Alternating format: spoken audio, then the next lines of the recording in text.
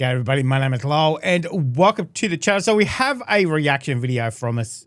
This one is from Dark Horizon again, who we did with Hurricane Sandy. This is going to be the storm that drowned an entire state, Katrina 2005.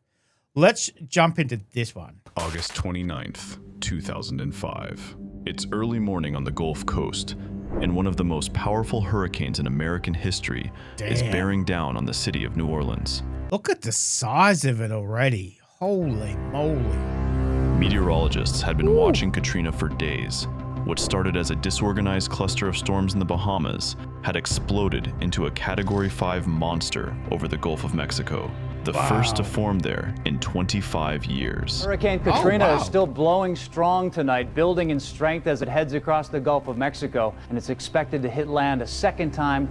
Ladies and gentlemen, I wish I had better news for you, but I do want the citizens to understand that this is very serious and it's of the highest nature. The first choice for every citizen is to figure out a way to leave the city.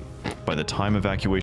Dang. If you got to tell everybody to leave the whole city, that's pretty bad. That's pretty bad. Holy. Citizen is to figure out a way to leave the city.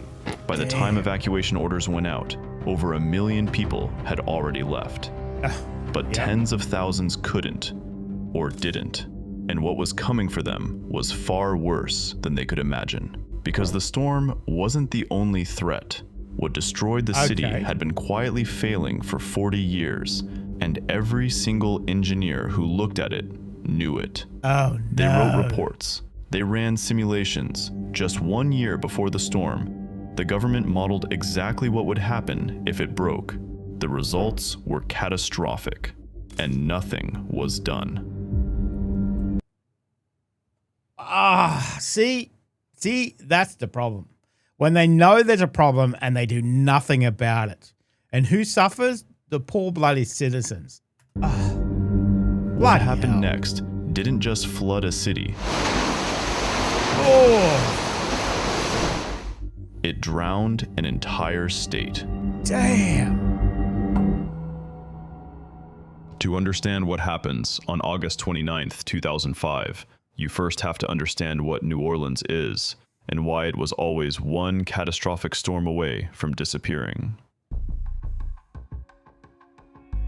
New Orleans sits in southern Louisiana, wedged between Lake Pontchartrain to the north and the Mississippi River to the south. It is one of the most geographically vulnerable cities in the world.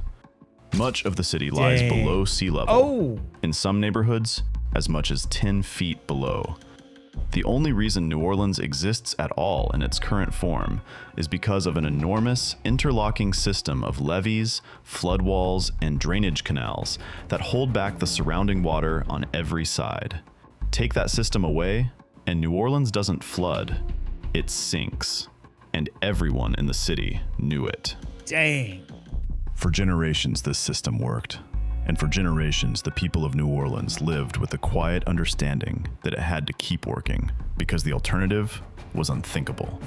But there was a problem that engineers and scientists had been raising for years.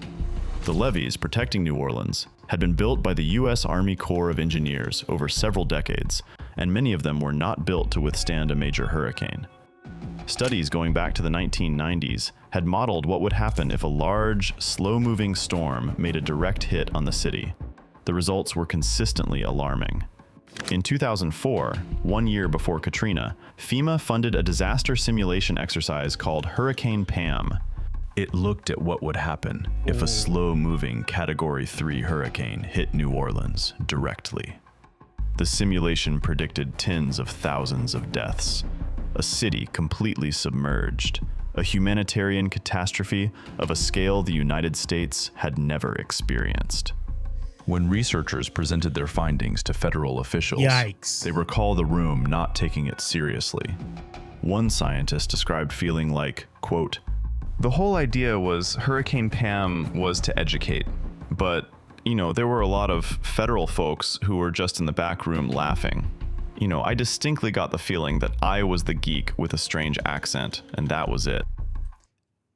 Man, when you look at that, and then obviously look at what happened, it's just like, hindsight, yeah, can be 2020, but damn, not even taking him serious. That's just, I mean, why run the simulation then? Why bother? You're not going to take it got the feeling serious. that I was the geek with a strange accent, and that was it. The warnings were there. The problem wasn't a lack of information. It was what happened next. On August 23rd, 2005, a tropical depression formed over the southeastern Bahamas. Within 24 hours, the depression strengthens into Tropical Storm Katrina. It moves west, crosses the Bahamas, and on August 25th, makes its first landfall in South Florida as a Category 1 hurricane with 80 miles per hour winds. Okay. Dang.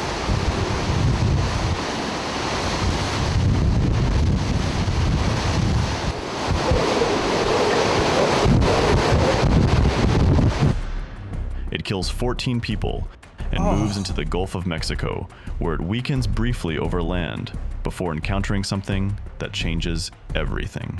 Something that would make Katrina impossible to stop. The Gulf of Mexico in late August is warm, unusually warm. The water temperatures Katrina moves over are around 30 degrees Celsius, essentially high-octane fuel for a tropical system. Yep. A strong divergence in the upper-level airflow above the storm allows it to rapidly expel heat and intensify with almost nothing holding it back. The results are staggering. On August 27th, Katrina reaches Category 3 strength. The following morning, just after midnight, it is upgraded to Category 4. By 7 a.m. on August 28th, Katrina has become a Category 5 hurricane, the first to form in the Gulf of Mexico in 25 years, with maximum sustained winds of 175 miles per hour. Its central pressure drops to 902 millibars, making it one of the most intense Atlantic hurricanes ever recorded. At 10 a.m. on August 28th, New Orleans Mayor Ray Nagin issues the first mandatory evacuation order in the city's history. Ladies and gentlemen, I wish I had better news for you, but we are facing a storm that most of us have feared. I do not want to create panic, but I do want the citizens to understand that this is very serious and it's of the highest nature, and that's why we're taking this unprecedented move. The storm is now a Cat 5, a Category 5, as I appreciate it, so that's why we're ordering a mandatory evacuation. It is, by any measure, the right call. It is also, for many residents, already too late to fully act on. Those without cars, those who are elderly, those who are ill. For hundreds of thousands of people, the order to leave is not the same as the ability to leave. That's right. Forecasters at the National Hurricane Center issue warnings that are among the most dire ever written for an American city. One bulletin, released on the afternoon of August 28th, states that the storm surge could cause the levee system to be overtopped, that human suffering will be incredible, that water shortages will make human existence nearly impossible. Oh my God. That is... Okay. That's terrible. That water shortages will make human existence nearly impossible. The bulletin warns of areas that may be uninhabitable for weeks. The language is almost unprecedented for an official weather forecast. But even as those words are being written, Katrina is already beginning to weaken slightly as it moves over slightly cooler waters closer to shore. By the time it makes landfall, it is no longer a Category 5. But the damage that is coming has already been set in motion. The surge, the enormous wall of ocean water pushed ahead of the storm, was built during Katrina's peak intensity. By the time Katrina made landfall, it was no longer a Category 5, but the most dangerous part of the storm had already been created.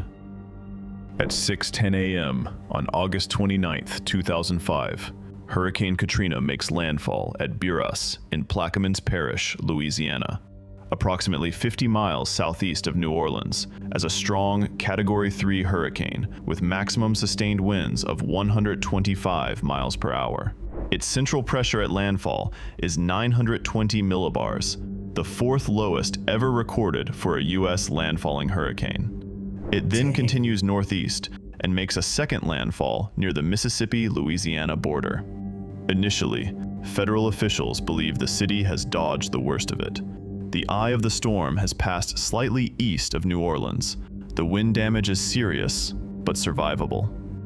For a brief period on the morning of August 29th, there is a sense of cautious relief. It doesn't last.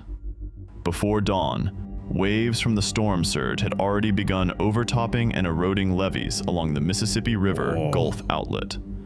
At around 5 a.m., on the east side of the Inner Harbor Navigation Canal, a 30-foot section of flood wall, known locally as the Industrial Canal, the very waterway that experts had long warned would act as a deadly funnel,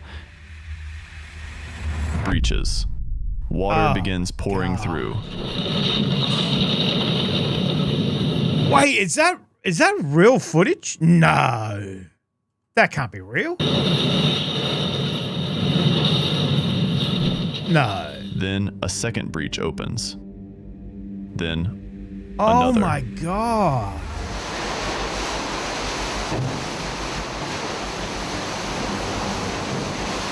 Over the course of the next 24 hours, there will be more than 50 reported failures in the levee and flood wall system surrounding New Orleans. The water does not rise slowly. It surges. In the lower 9th Ward, residents describe walls of water appearing without warning, filling rooms in seconds. People who had chosen to ride out the storm in their homes suddenly find the water at their waist, then at their chest, then above their head. God. Those who can reach their attics do. Those who cannot, do not. Hold the rope, let him pull to the boat. Hey! Oh my God, look at it. Later, rescuers will find axe marks in attic ceilings across the flooded neighborhoods.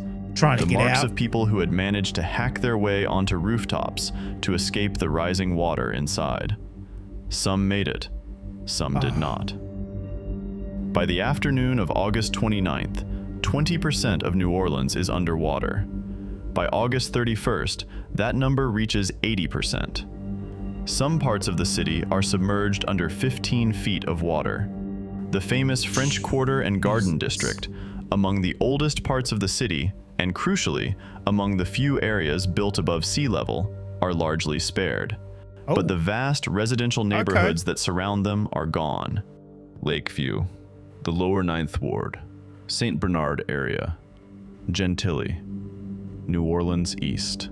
These are not flooded, they are submerged. As the system failed, the disaster shifted from infrastructure to people. Tens of thousands of people who could not evacuate seek shelter in two locations, the Louisiana Superdome and the New Orleans Convention Center. At the Superdome, roughly 15,000 people arrive before the storm. What follows is a humanitarian crisis that unfolds on live television in front of the entire country. Food runs out. Water runs out. Toilets stop working. Oh no. The roof of the Superdome is partially torn open by the wind. People are sleeping on concrete floors in 95-degree heat. 40,000 homes flooded in St. Bernard Parish just east of New Orleans. At the Superdome, home to 9,000 storm refugees, chunks of the metal roof have been blown away. The stench of death especially strong around the convention center in the Superdome, where people have moved into the open air as they try to get away from it and closer to where buses and National Guardsmen can get to them. We've been out here 4 days. We've really been out here 4 days. Days pass before buses arrive to move people out. Outside, the city is a different kind of chaos. Thousands of people who are stranded in flooded homes communicate their locations however they can. Oh my God. Spray painting rooftops, waving from upper story windows, calling family members who call news stations, who call emergency services. The response from local, state, and federal authorities is widely criticized as slow, uncoordinated. Wow, look at that. That's crazy. That is crazy. local, state, and federal authorities is widely criticized as slow, uncoordinated, and inadequate. FEMA, the Federal Emergency Management Agency, faces fierce criticism for its lack of preparation and its failure to mobilize resources quickly enough for a disaster that its own simulations had predicted in detail. One of the most haunting images of the entire disaster is the sight of people, mostly elderly, many of them without the means to leave, stranded on elevated highway overpasses in the August heat, surrounded by floodwater, waiting for help that takes days to arrive. Doris Commerdell, a 93-year-old woman from Chalmette in St. Bernard Parish, is rescued from her flooded home after spending several days trapped there. She had lived in the same house for decades. When rescuers reached her, she had been surviving on what little food she had managed to move to her second floor. Her neighborhood, like most of St. Bernard Parish, was completely destroyed. She never returned. Oh. The death toll accumulates slowly, because for days and then weeks, the full scale of what has happened is impossible to assess. Victims are found in attics, in flooded cars, in homes that look intact from the outside, but contain the remains of people who could not get out. Nearly 40% of the fatalities are attributed to drowning. Almost half of all victims are over the age of 74. The storm did not kill randomly. It killed the people who had the fewest options. The official death toll from Hurricane Katrina, revised by the National Hurricane Center in 2023, stands at approximately 1,400 people. God. That's shocking. That is bloody shocking. And I wonder how much responsibility the government will take. It's not our fault. Not our fault. Center in 2023 stands at approximately 1,400 people. The total damage reaches an estimated $125 billion, making it one of the costliest natural disasters in American history. In Louisiana alone, over 1,500 people lose their lives. More than 134,000 housing units in New Orleans, 70% of all occupied homes in the city, sustain damage. Dang. 1 million housing units across the broader Gulf Coast region are affected. The population of New Orleans falls from nearly 485,000 before the storm to an estimated 230,000 by July of the following year. More than half the city gone. Some neighborhoods never recover. The lower 9th Ward, one of the hardest hit areas, remains visibly scarred for years. Empty lots where houses once stood. Dang. Streets that were rebuilt but never repopulated. In June 2006, the U.S. Army Corps of Engineers officially acknowledges that faulty design specifications, incomplete sections, and substandard construction of levee segments contributed to the flooding of New Orleans.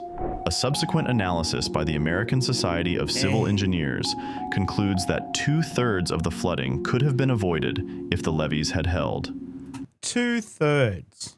I mean, it'd still be bad enough with 1/3, but man, the devastation.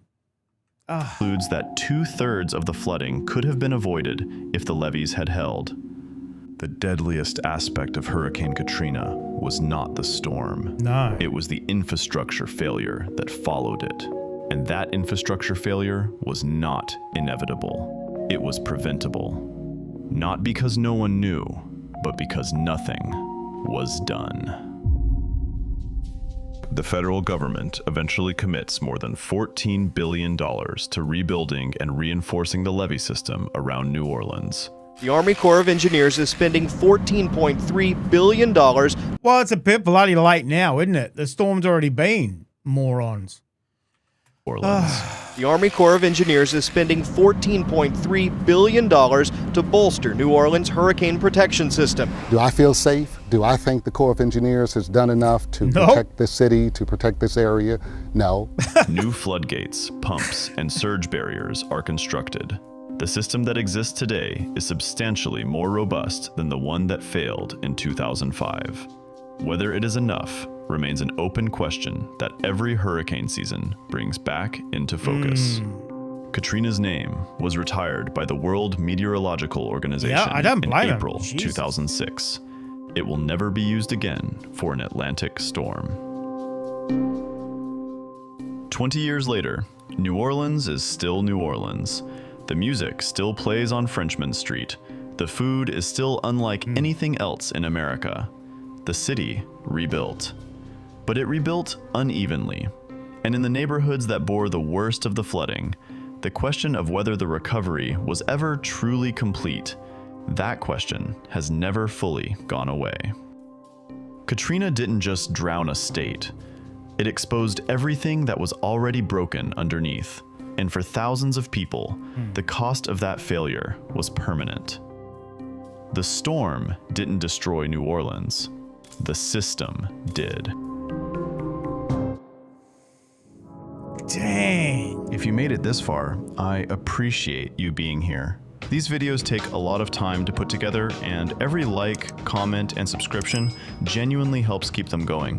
So if you want more stories like this, consider supporting the channel. And to everyone already supporting, whether you've been here a while or just found the channel, thank you. You are the reason these stories get told. Stay safe, and I'll see you in the next one. I will put all that information down in the description so you can go and check out his channel. Dark Horizon is the channel, but that it just goes to show, doesn't it? You cut a few corners and look what happens. You know, just a year before they had the simulation. Hey, this isn't going to hold. This is what's going to happen. Everybody's going, oh, well, I guess it'll never happen. You know, and then obviously the mass, probably lucky it's only a Cat 3 when it hit land. Can you imagine that was a Cat 5? Not just the flooding water, but obviously the actual storm as well. $125 billion of damage and 1,400 lives lost because they couldn't be asked to do a better system. That's rubbish. You know, how many failures, how many departments, how many eyes on this problem, and they all just went, not my problem. It's like, Jesus. It's ridiculous. I mean, if you were in New Orleans, every time it rained, every time you'd have a storm, it'd be in the back of your head, especially if you lived through it. Like, what's going to happen this time? You know, is that wall going to hold up? You know, any hurricane to be like, okay, I'm going to go to Kansas. I will be back after the rain's finished. Not Kansas, because that's got bloody tornadoes too. Somewhere away from here. Oh my God. It's just terrifying. It's terrifying. But terrifying, as I said, it didn't just kind of trickle in. It just went, whew, you know, straight over your head. That's it. To be stuck on those roofs as well and just look around and it's just a lake of water where your neighborhood was. That's terrifying. Absolutely bloody terrifying. So, and as I said, you know, 20 years on, or 21 years now, you know, New Orleans, you know, builds back, but they've still got that scar underneath. But they're tougher than that. That's for sure. Let me know if you enjoyed that, guys. Thank you very much for joining me today. Make sure you stay safe, and I will definitely see you in the next reaction video. Oh, you're still here? You want more content? Why don't you check out my Patreon down here? You'll get plenty more content and some exclusive videos over there too. If not, why not check out this one over here?